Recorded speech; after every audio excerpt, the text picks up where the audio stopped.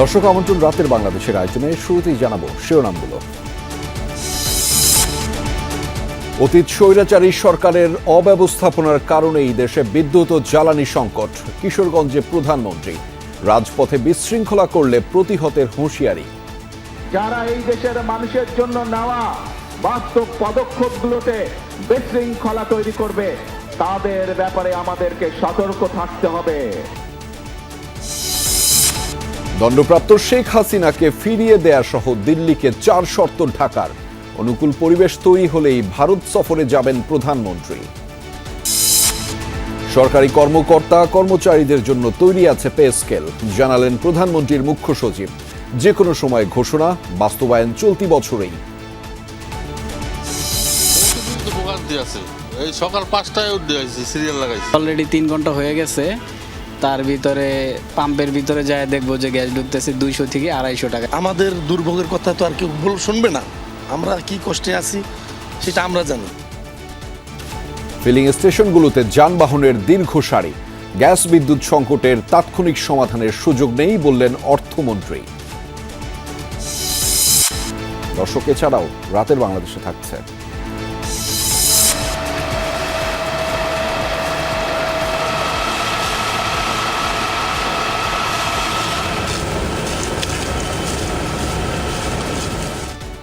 রুশ ভূখণ্ড লক্ষ্য করে স্মরণকালের সবচেয়ে বড় হামলা ইউক্রেনের। 850 ড্রোন ধ্বংসের দাবি মস্কোর। রাশিয়ার পাল্টা হামলায় প্রকম্পিত কিয়েভ, 12 জনের প্রাণহানি।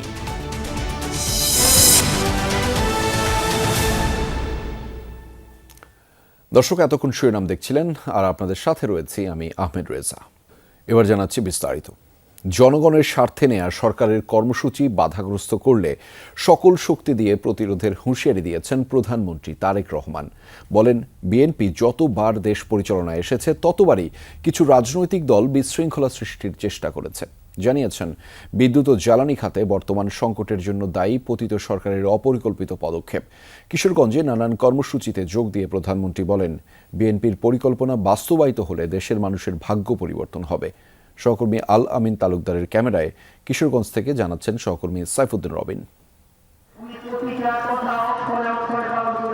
রূপালী মৎস্যে স্বনির্ভর দেশ, সবার আগে বাংলাদেশ, এই স্লোগানে জাতীয় মৎস্যপক্ষ 2026-এর প্রথম দিনের কার্যক্রম শুরু করেন প্রধানমন্ত্রী তারেক রহমান।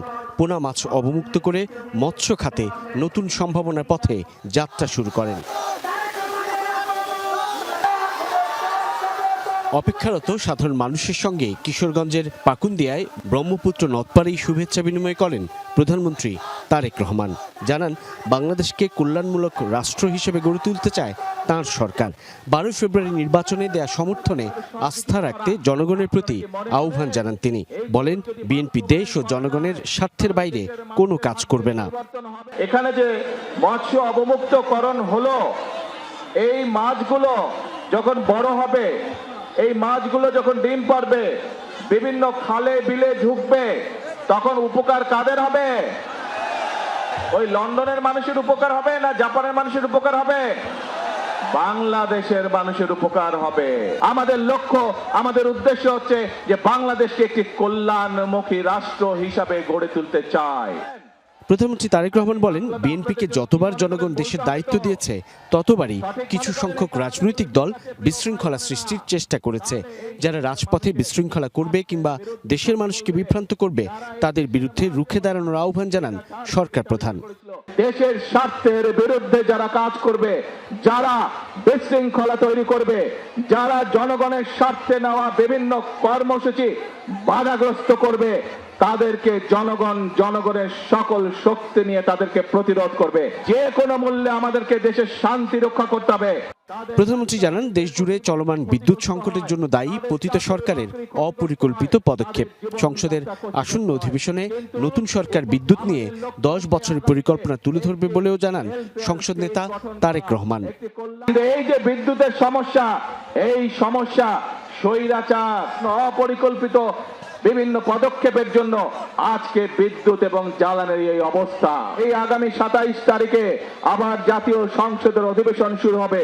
জাতীয় সংসদের মধ্যে উপস্থাপন করবে কিভাবে আমরা ইনশাআল্লাহ আগামী 10 বছর এই দেশের বিদ্যুৎ সমস্যার সমাধান করব। এই পরিকল্পনা আমরা এমন নদ নদীকে ঘিরেই বেড়ে ওঠা বদ্বীপ বাংলাদেশের, যে দেশের মানুষের সঙ্গে একসময় মিলেমিশে একাকার হয়েছিল মাছে ভাতে বাঙালি উপমা। কিন্তু সেই উপমাটি এখন রূপকথায় পরিণত হয়েছে, কেননা প্রতি বছরই বাংলাদেশের মৎস্য সম্পদ হ্রাস পাচ্ছে, যার অন্যতম প্রধান কারণ জলাশয় ভরাট হয়ে যাওয়া। সরকারের খাল পুনঃখনন কর্মসূচির মধ্য দিয়ে দেশ জুড়ে বিশাল এক মৎস্যক্ষেত্র উন্মুক্ত হয়েছে। ঠিক তেমনি এই মৎস্য পক্ষের দিনে প্রধানমন্ত্রীর প্রান্তিক পর্যায়ে ছুটে আসা কিংবা মৎস্য পুনঃ অবমুক্তকরণের মধ্য দিয়ে এই প্রাকৃতিক সম্পদ বৃদ্ধির ক্ষেত্রে সরকারের আন্তরিকতা এবং গুরুত্বও স্পষ্ট হয়েছে। দুপুরে প্রধানমন্ত্রী পরিদর্শন করেন কটিয়াদি কার্প হ্যাচারি কমপ্লেক্স। এরপর যোগ দেন আচমিতা জর্জ ইনস্টিটিউশন মাঠে জাতীয় মৎস্যপক্ষ 2026-এর উদ্বোধনী অনুষ্ঠানে। মৎস্য চাষ ও এই খাতে গবেষণা সহ বিভিন্ন অবদান রাখা 14 জনের হাতে তুলে দেন জাতীয় মৎস্য পদক 2026। বক্তব্যে প্রধানমন্ত্রী বলেন, দেশের 14 লক্ষ নারী ও 2 কোটি মানুষ প্রত্যক্ষ পরোক্ষভাবে মৎস্য খাতের উপর নির্ভরশীল। মৎস্য চাষীদের কৃষক কার্ডের আওতায় আনার কথা জানিয়ে সরকার প্রধান বলেন, জেলেদের পরিচয়পত্র প্রদান ও নিবন্ধন কার্যক্রম অব্যাহত রয়েছে। মৎস্য চাষীদেরকে কৃষক কার্ডের আওতায় আনা হবে এবং হয়েছে এর মধ্যে। একই সঙ্গে জেলেদের পরিচয়পত্র প্রদান ও নিবন্ধন কার্যক্রম চলমান রয়েছে। জলজ সম্পদ সংরক্ষণ ও পরিবেশ বান্ধব টেকসই মৎস্য চাষের আহ্বান জানিয়ে জাতীয় মৎস্যপক্ষ 2026-এর উদ্বোধন করেন প্রধানমন্ত্রী তারেক রহমান। মৎস্য উৎপাদন এবং বিতরণ। সাইফুদ্দিন রবিন, যমুনা নিউজ, কিশোরগঞ্জ। দেশকে কল্যাণমুখী রাষ্ট্রে পরিণত করতে চায় সরকার। বেগম খালেদা জিয়ার পথ ধরে স্নাতক পর্যন্ত নারীদের বিনামূল্যে শিক্ষা নিশ্চিত করবে বর্তমান সরকার। কিশোরগঞ্জে ফ্যামিলি কার্ড ও ধর্মীয় নেতাদের ভাতা প্রদান অনুষ্ঠানে এসব কথা বলেছেন প্রধানমন্ত্রী তারেক রহমান। রোববার কিশোরগঞ্জ পুরাতন স্টেডিয়ামে নারীদের জন্য ফ্যামিলি কার্ড বিতরণ ও ধর্মীয় নেতাদের ভাতা প্রদান করেন প্রধানমন্ত্রী তারেক রহমান। পাশাপাশি বিভিন্ন জটিল রোগে আক্রান্ত ব্যক্তি, নির্বাচিত দুস্থ ও অসহায় প্রতিবন্ধী ব্যক্তিদের অর্থ সহায়তা এবং নির্বাচিত মেধাবী শিক্ষার্থীদের এককালীন শিক্ষা সহায়তা প্রদান করেন প্রধানমন্ত্রী তারেক রহমান। বলেন, নারীদের শিক্ষার পাশাপাশি অর্থনৈতিকভাবে আত্মনির্ভরশীল করে তোলার পদক্ষেপ নিয়েছে সরকার। শুধু মুখের কথার রাজনীতি নয়, বাস্তবধর্মী রাজনীতি করে বিএনপি। যারা বিভ্রান্ত সৃষ্টি করছে, গত 17 বছরে তাদের রাজপথে দেখা যায়নি বলেও অভিযোগ করেছেন তিনি। এরপর কিশোরগঞ্জের ঐতিহাসিক শোলাকিয়া ঈদগাহ ময়দানে সরকারের গৃহীত বিভিন্ন উন্নয়ন কার্যক্রমের উদ্বোধন করেন প্রধানমন্ত্রী তারেক রহমান।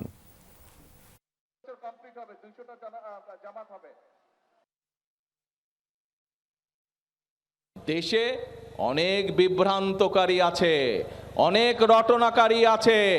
এদের ব্যাপারে আমাদেরকে সতর্ক থাকতে হবে, দেখতে হবে এরা অতীতে কি করেছে। সেই অতীত বিবেচনা করে তাদেরকে আমাদেরকে চোখে চোখে রাখতে হবে। সেই অতীত বিবেচনা করেই আমরা ভবিষ্যতে তারা কি করছে সেদিকে আমাদেরকে নজর রাখতে হবে। প্রধানমন্ত্রী তারেক রহমানের দিল্লি সফরের জন্য আবারও অনুকূল পরিবেশ তৈরির তাগিদ দিয়েছে পররাষ্ট্র মন্ত্রণালয়। এ লক্ষ্যে শেখ হাসিনা ও অন্যান্য পলাতক অপরাধীদের প্রত্যর্পণের অনুরোধের দ্রুত পদক্ষেপ নিতে ভারতীয় কর্তৃপক্ষকে আহ্বান জানিয়েছে ঢাকা। সকালে পররাষ্ট্র মন্ত্রণালয়ের প্রেস ব্রিফিংয়ে এই তথ্য জানিয়েছেন মুখপাত্র। প্রধানমন্ত্রী তারেক রহমানের সম্ভাব্য দিল্লি সফর নিয়ে গত কয়েক সপ্তাহ ধরে বাংলাদেশ ও ভারতের কর্মকর্তাদের মধ্যে যোগাযোগ চলছিল। তবে গত 5 আগস্ট নয়াদিল্লিতে মানবতাবিরোধী অপরাধে আন্তর্জাতিক অপরাধ ট্রাইব্যুনালে দণ্ডিত শেখ হাসিনার প্রকাশ্য মিডিয়া ইন্টারাকশনের কারণে সফর ঘিরে চলমান প্রক্রিয়া ক্ষতিগ্রস্ত হয়েছে বলে মনে করছে পররাষ্ট্র মন্ত্রণালয়। এই অবস্থায় তারেক রহমানের দিল্লি সফরের জন্য উপযুক্ত ও অনুকূল পরিবেশ তৈরির উপর জোর দিচ্ছে সরকার। মন্ত্রণালয়ের মুখপাত্র জানিয়েছেন, এ লক্ষ্যে শেখ হাসিনা ও অন্যান্য পলাতক অপরাধীদের প্রত্যর্পণের অনুরোধে দ্রুত পদক্ষেপ নিতে ভারতীয় কর্তৃপক্ষকে অনুরোধ জানিয়েছে Bangladesh. We are of the view that a propitious environment needs to be created for this visit. To this end, we have requested the Indian authorities to expeditiously act on our request to extradite Sheikh Hasina and other fugitive criminals. পাশাপাশি দ্বিপাক্ষিক প্রত্যর্পণ চুক্তির বিধান অনুযায়ী শহীদ ওসমান হাদি হত্যা মামলার অভিযুক্তদেরও বাংলাদেশের হাতে তুলে দেওয়ার আহ্বান জানিয়েছে ঢাকা। এ বিষয়ে ভারতের জবাবের অপেক্ষায় রয়েছে Bangladesh. And to hand over Bangladesh the accused killers of Shahid Sharif Osman Hadi in compliance with our bilateral extradition treaty. We are awaiting their response. পররাষ্ট্র মন্ত্রণালয় বলছে প্রতিবেশী সহ অন্যান্য দেশের সঙ্গে বন্ধুত্বপূর্ণ দ্বিপাক্ষিক সম্পর্ক চায় সরকার, কিন্তু সেটি হতে হবে সার্বভৌমত্ব, জাতীয় মর্যাদা ও পারস্পরিক স্বার্থের ভিত্তিতে। রাবি সিদ্দিকী, যমুনা নিউজ, ঢাকা। অস্ট্রেলিয়ার মাটিতে ঐতিহাসিক টেস্ট জয়ে টাইগারদের অভিনন্দন জানিয়েছেন প্রধানমন্ত্রী তারেক রহমান। এ সময় কথা বলেছেন অধিনায়ক নাজমুল হোসেন শান্তসহ পুরো দলের সাথে। কনফারেন্স কলে যুক্ত ছিলেন বিসিবি সভাপতি তামিম ইকবালও। বাংলাদেশে অপেক্ষা করছি আপনাদেরকে ওয়েলকাম করার জন্য। সবার শরীর ভালো আছে তো? সবাই ইন গুড হেলথ? একটু হবে, হ্যাঁ স্বাভাবিক, ঠিক আছে। আসেন আপনারা সবাই সুস্থভাবে আসেন। বাংলাদেশের মানুষ অপেক্ষা করছে আপনাদেরকে ওয়েলকাম করার জন্য। Again, congratulations.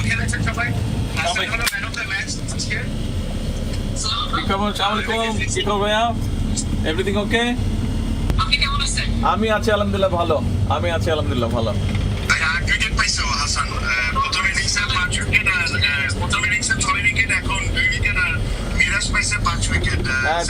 দেখলাম নিউজে। Excellent, wonderful. আমাদের সবচেয়ে ইয়াংস্টার বগুড়ার আসসালামু কি খবর ভাইয়া? আছি আলহামদুলিল্লাহ। শরীর ভালো?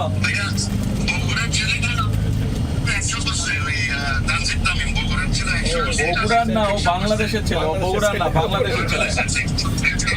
হি রিপ্রেজেন্টস বাংলাদেশ, নট বগুড়া।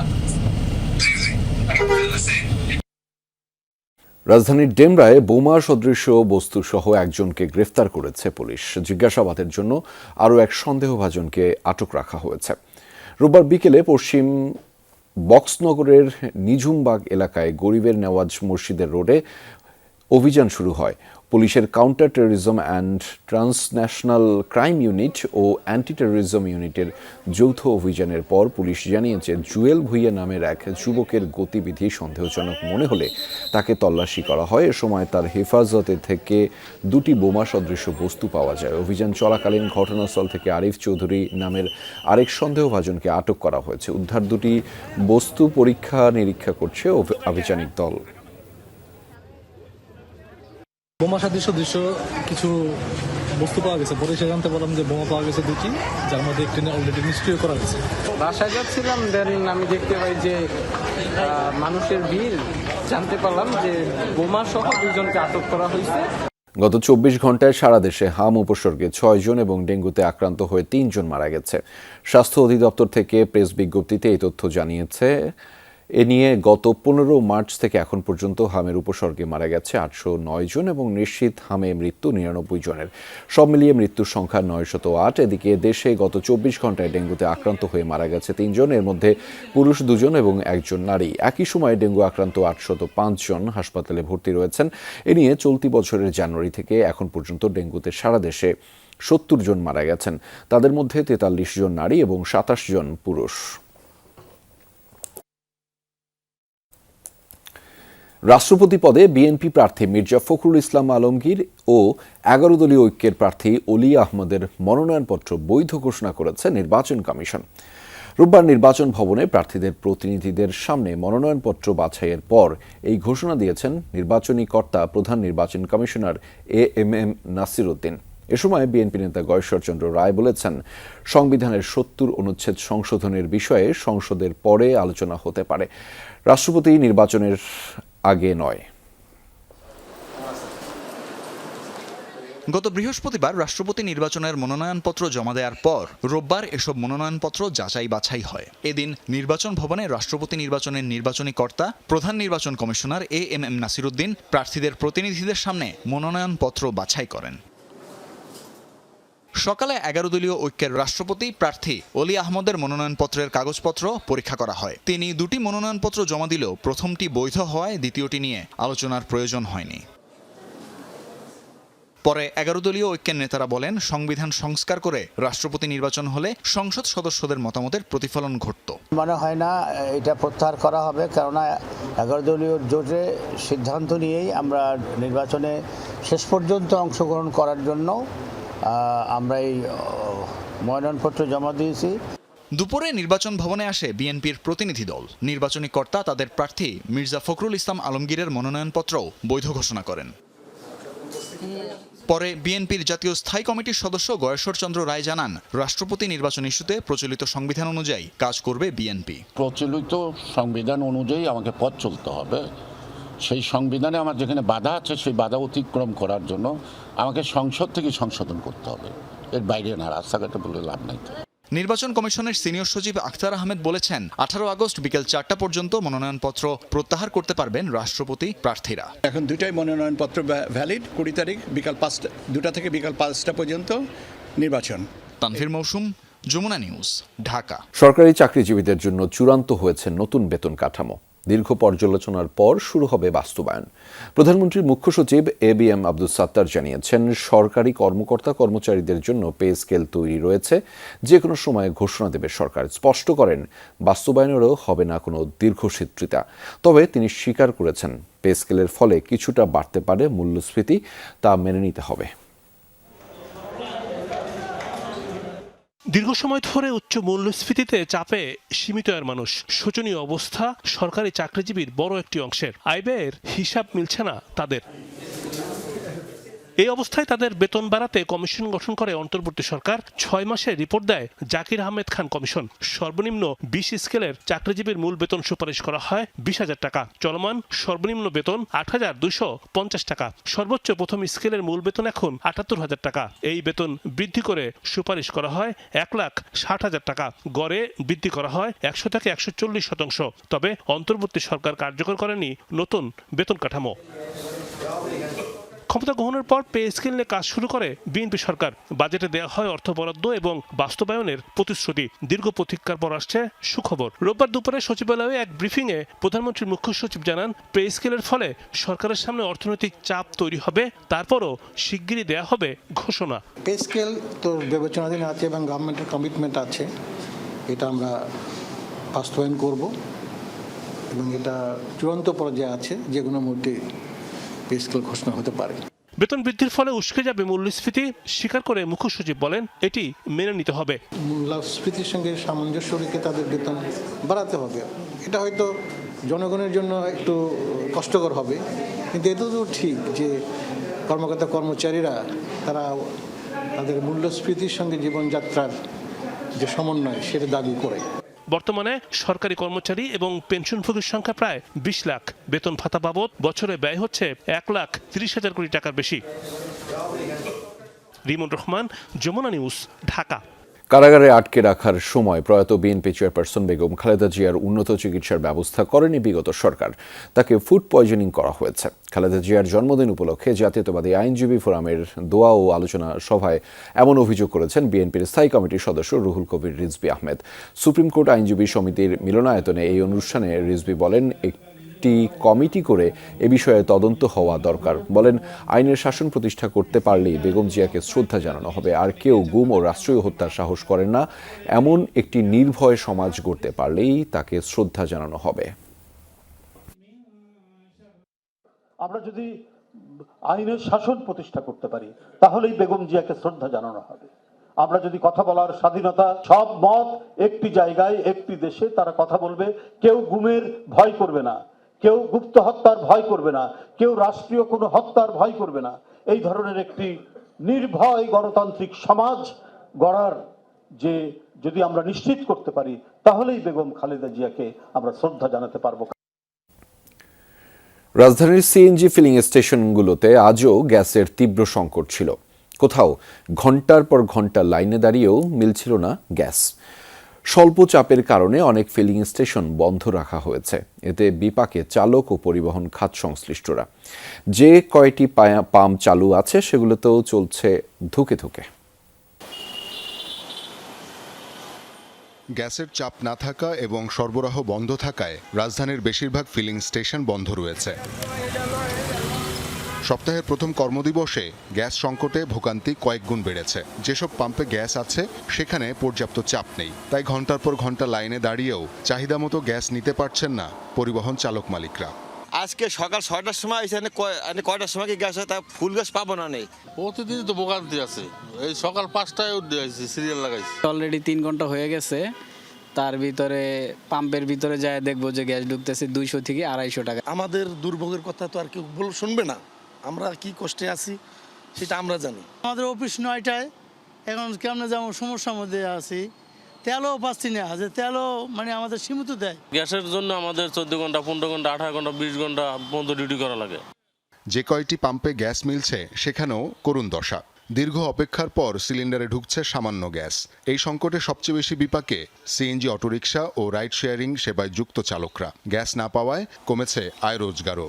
ওভারে গাড়ি চালাই, ভোর ৪টা থেকে সিরিয়াল দিছি, আমি একদম তেলে চালাই আইছি, তো আমার মাত্র ২৯৬ টাকার গ্যাস ঢুকছে। গ্যাস পাচ্ছি না, এই লাইন দিয়ে এসে ২০০ টাকার গ্যাস পাইলাম। মানে এদিকে কি করবো সারাদিনে বুঝতে পারি। আমার যে গ্যাস পাইছি এটা তো মনে করেন যে আধা ঘন্টা চললেই শেষ। এই যে গ্যাসটা পাই, এই গ্যাসটা দিয়ে আমরা জমা উঠাবো করতে আর সংসার চালাবো করতে। ২টো টিপ মারলে আমার গ্যাস ঘুরে যায়। ৬ টাকা মনে ঢুকছে, ৩ টিপ কি 4 টিপ মারতে পারবো। জমা দিতে গেলে মা দুটো ১০০ কম নেব না। পাম্প কর্তৃপক্ষও এই সংকটে বেশ বিব্রত। ব্যবসা টিকিয়ে রাখতেই হিমশিম খাচ্ছেন অনেক মালিক। একদম ভয়াবহ অবস্থা। আসলে তো গ্যাসই নাই। আপনার যে গ্যাসটা চালকরা পাবে কোথা থেকে? গ্যাস তো বন্ধ অলরেডি। যারা ওই রেন্টে চালায় তাদেরকে মানে হাহাকার অবস্থা। তাদেরকে চালানোর জন্য আমরা কিছু একটা মেশিন কাল চালাচ্ছি, আমরা বন্ধ করে থাকবো আমাদের, কারণ আমাদেরও একদমই পোষে না। দ্রুতই গ্যাসের সংকট কেটে যাবে এমনটাই প্রত্যাশা সবার। শওকত মঞ্জুর শান্ত, যমুনা নিউজ, ঢাকা।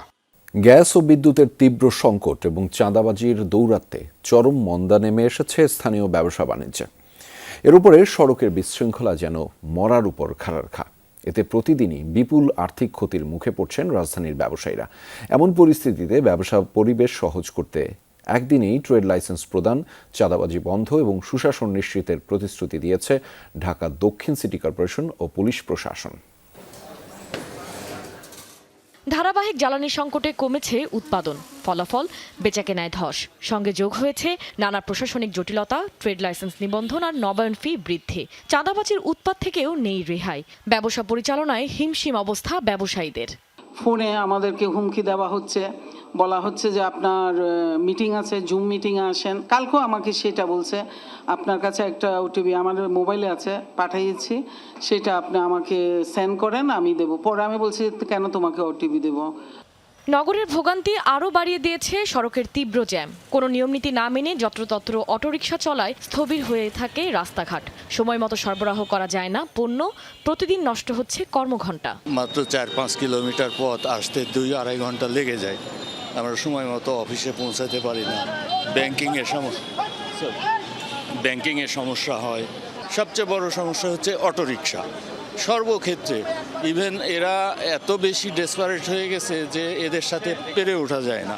একটা বাস গেলে তার 50টা অটোরিকশা সামনে থাকে, প্রচুর জ্যাম, আর এখানে চিন্তাই বেশি হয়। ব্যবসায়ীদের বহুমুখী সংকট ও সমাধান খুঁজতেই ঢাকা চেম্বার মিলনায়তনে আয়োজন করা হয় মতবিনিময় সভার। এ সময় ঢাকা দক্ষিণ সিটি কর্পোরেশনের প্রশাসক আব্দুস সালাম আশ্বাস দেন, ট্রেড লাইসেন্স নিতে আগের মতো আর জটিলতায় পড়তে হবে না ব্যবসায়ীদের। জানান, ব্যাটারি চালিত অটোরিকশাকে শৃঙ্খলায় আনার পরিকল্পনাও রয়েছে। আমি আসার আগে এই অবস্থা হয়েছে যে লাইসেন্স জমা দেয় 1 সপ্তাহ 2 সপ্তাহ, অনেক সময় পায় না। আমি বলছি না, একে দিনে লাইসেন্স দিতে হবে। যদি এই ব্যাপারে কোনো ব্যত্যয় ঘটে, যে অফিসার করছে, যে সেকশন করছে, আপনার দয়া করে আমার কাছে রিপোর্ট করবেন, সাথে সাথে তার বিরুদ্ধে ব্যবস্থা নেওয়া হবে। মাননীয় প্রধানমন্ত্রী মানবিক, উনি বলতে ঠিক আছে, এরা তো বাংলাদেশেরই মানুষ, এদেরকেও একটা বিকল্প ব্যবস্থা করতে হবে। ওরা সমাবেশ করে বলতেছে ওদেরকে সরানো যাবে না। ভাই, আমরা তো উচ্ছেদ চাই না, কিন্তু একটা শৃঙ্খলায় তো আসতে হবে। রাজনৈতিক পরিচয় যাই হোক না কেন, চাঁদাবাজি করলেই কঠোর পদক্ষেপের বার্তা দেন ডিএমপির এডিশনাল কমিশনার।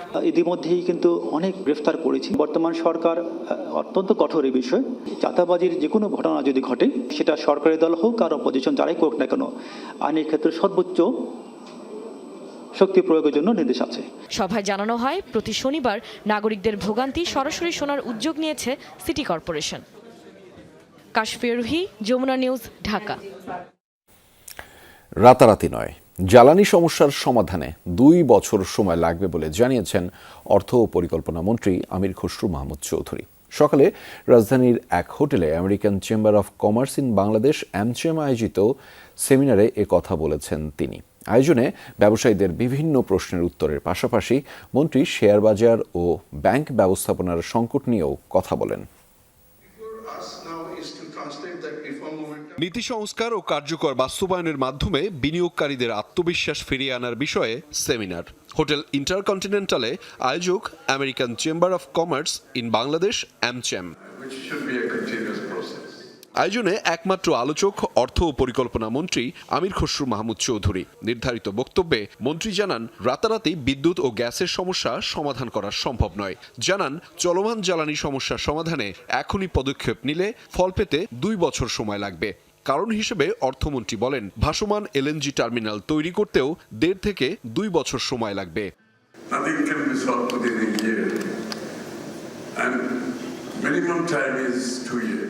আমি স্বীকার করছি এসব সমস্যা রাতারাতি সমাধান সম্ভব নয়। বিদ্যুৎ ও গ্যাসের ক্ষেত্রে নতুন কোনো ব্যবস্থা নিলে তার সুফল পেতে অন্তত 2 বছর সময় লাগতে পারে। গ্যাস ও বিদ্যুৎ ছাড়া অর্থনীতি এগোতে পারে না। তবে সম্ভাব্য যেসব পদক্ষেপ নেওয়া যায় আমরা দ্রুত সেসব নিচ্ছি। দীর্ঘ সময় গ্যাস অনুসন্ধান করা হয়নি, এখন সেটা করা হচ্ছে। সৌর বিদ্যুৎ ও কয়লা নিয়ে কাজ হচ্ছে। আগামী কয়েক সপ্তাহের মধ্যে জ্বালানি নীতি প্রকাশ করা হবে। এতে মানুষ জানতে পারবে কি করতে হবে। আগামী 2 বছর আমাদের সাবধান থাকতে হবে। সরকারের রাজস্ব আদায়ের পরিকল্পনা সম্পর্কে অর্থমন্ত্রী বলেন, বাস্তবায়ন ও নীতি বিভাগ আলাদা করা হবে। রাজস্ব আদায়ের পরিধি বাড়ানোর চেষ্টা করছে সরকার। ছোট ব্যবসায়ীদের জন্য নির্দিষ্ট হারে কর আরোপ করা হবে। এজন্য তথ্য ভাণ্ডার তৈরি হচ্ছে বলেও জানান মন্ত্রী। এছাড়া শেয়ার বাজার ও ব্যাংক ব্যবস্থাপনা নিয়েও কথা বলেন মন্ত্রী। কর ব্যবস্থাকে ধীরে ধীরে অটোমেশনের আওতায় নিয়ে আসছি। এর ফলে মানুষের সরাসরি হস্তক্ষেপ কমবে এবং সেবা দ্রুত ও সহজ হবে। আমি মনে করি এটি বাস্তবায়িত হলে কর ব্যবস্থার অনেক সমস্যা কমে যাবে। শেয়ার বাজার নিয়ে সতর্ক সংকেত পাচ্ছিলাম, এরপর সেখানে পরিবর্তন আনা হয়েছে। আমাদের আরও বেশি তালিকাভুক্ত কোম্পানি দরকার। এছাড়া ব্যাংক খাতে মারাত্মক মূলধনের ঘাটতি আছে। এটা এত বেশি যে সরকারের পক্ষে পূরণ করার মতো নয়। খেলাপি ঋণের পরিমাণ অনেক বেশি, তাই অর্থায়নের বিকল্প উৎস দরকার। সভায় ব্যবসায়ীদের বিভিন্ন প্রশ্নের উত্তর দেন অর্থমন্ত্রী। ব্যবসা ও বিনিয়োগের পরিবেশ, প্রযুক্তি ও ICT খাত এবং সরকারি সেবার ক্ষেত্রে আমেরিকানরা বহু বছর ধরে পরিবর্তনের কথা বলে আসছে। নতুন সরকার দায়িত্ব নেয়ার পর সেসব ক্ষেত্রে উন্নতি করার চেষ্টা করছে বলেও জানান অর্থমন্ত্রী। আহমেদ রেজা, যমুনা নিউজ, ঢাকা। যুক্তরাষ্ট্র ও ইসরায়েলের বেআইনি পদক্ষেপের প্রত্যক্ষ ফল হরমুজ প্রণালীতে সৃষ্ট অস্থিতিশীলতা। সাক্ষাৎকারে এমন মন্তব্য ছুড়ে দিয়েছেন ইরানের পররাষ্ট্র মন্ত্রণালয়ের মুখপাত্র ইসমাইল বাঘেই। হরমুজ প্রণালীর এই অনিশ্চিত পরিস্থিতির দায় পুরোপুরি যুক্তরাষ্ট্র ও জায়নবাদী ভূখণ্ডের। কিন্তু আন্তর্জাতিক সম্প্রদায়ের কাছে তারা প্রায় এই বিষয়টি এমনভাবে উপস্থাপন করে যেন ইরানই হরমুজের এই অস্থিরতা সৃষ্টি করে রেখেছে। যুক্তরাষ্ট্র ইরানের বিরুদ্ধে নৌ অবরোধ বাস্তবায়নের কথা গর্বের সাথে বলে চলেছে, যা ইরানের বিরুদ্ধে একটি আগ্রাসী পদক্ষেপের সরাসরি স্বীকৃতি। একদিকে ইউক্রেনের মাটিতে রুশ হামলা, অন্যদিকে রুশ ভূখণ্ডে পাল্টা আঘাত। দুই পক্ষের হামলা পাল্টা হামলায় আরও উত্তপ্ত হয়ে উঠেছে যুদ্ধের পরিস্থিতি। মস্কোর দাবি, রুশ ভূখণ্ড লক্ষ্য করে 800-র বেশি ড্রোন ছুড়েছে ইউক্রেনীয় বাহিনী, যা চলতি বছরের সবচেয়ে বড় হামলা। জবাবে ইউক্রেনীয় ভূখণ্ডেও পাল্টা অভিযান চালিয়েছে রাশিয়া। দুই পক্ষের লড়াইয়ে প্রাণ গেছে 12 জনের। যেন দাবানলের লেলিহান শিখা। রুশ ক্ষেপণাস্ত্র হামলায় জ্বলছে ইউক্রেনের বিভিন্ন স্থাপনা। নতুন করে কিয়েভ সহ ইউক্রেনের বিভিন্ন স্থান লক্ষ্য করে ক্ষেপণাস্ত্র এবং ড্রোন ছড়ে রুশ বাহিনী। টার্গেট করা হয় রাজধানী কিয়েভের একাধিক স্থানে। হামলায় আগুন ধরে যায় বিভিন্ন স্থাপনায়। শহরের বাইরের একটি বইয়ের বাজারও আগুনে পুড়ে যায়। রুশ হামলার বড় আঘাত এসেছে ইউক্রেনের শিল্পাঞ্চলেও। জেলেনস্কি নিজ শহর ক্রিভিরিতে হামলায় ক্ষতিগ্রস্ত হয়েছে ইউক্রেনের অন্যতম বড় ইস্পাত কারখানা, যেখানে প্রাণ গেছে অন্তত 2 জনের। এদিকে রুশ ভূখণ্ড টার্গেট করে পাল্টা ড্রোন হামলা চালিয়েছে ইউক্রেনীয় বাহিনী। টার্গেট করা হয় রাজধানী মস্কোকে। রাশিয়ার প্রতিরক্ষা মন্ত্রণালয়ের দাবি, এক রাতেই 822টি ইউক্রেনীয় ড্রোন ভূপাতিত করেছে তারা। এর মধ্যে প্রায় 600টি ড্রোন মস্কোর দিকে যাচ্ছিল বলে দাবি ক্রেমলিনের। নতুন এই হামলাকে চলতি বছরের সবচেয়ে বড় হামলা হিসেবে আখ্যা দিয়েছে রাশিয়া। এদিকে রোমানিয়ার আকাশসীমায় ঢুকে পড়ে একটি ড্রোন। এরপর সেটিকে ভূপাতিত করে ন্যাটোর মিশনে থাকে স্পেনের একটি F-18 fighter jet. Mir Mushfika Hasan, Jamuna news. দর্শক, এই ছিল রাতের বাংলাদেশের আয়োজনে। এতক্ষণ আমাদের সাথে থাকার জন্য আপনাদের সবাইকে ধন্যবাদ।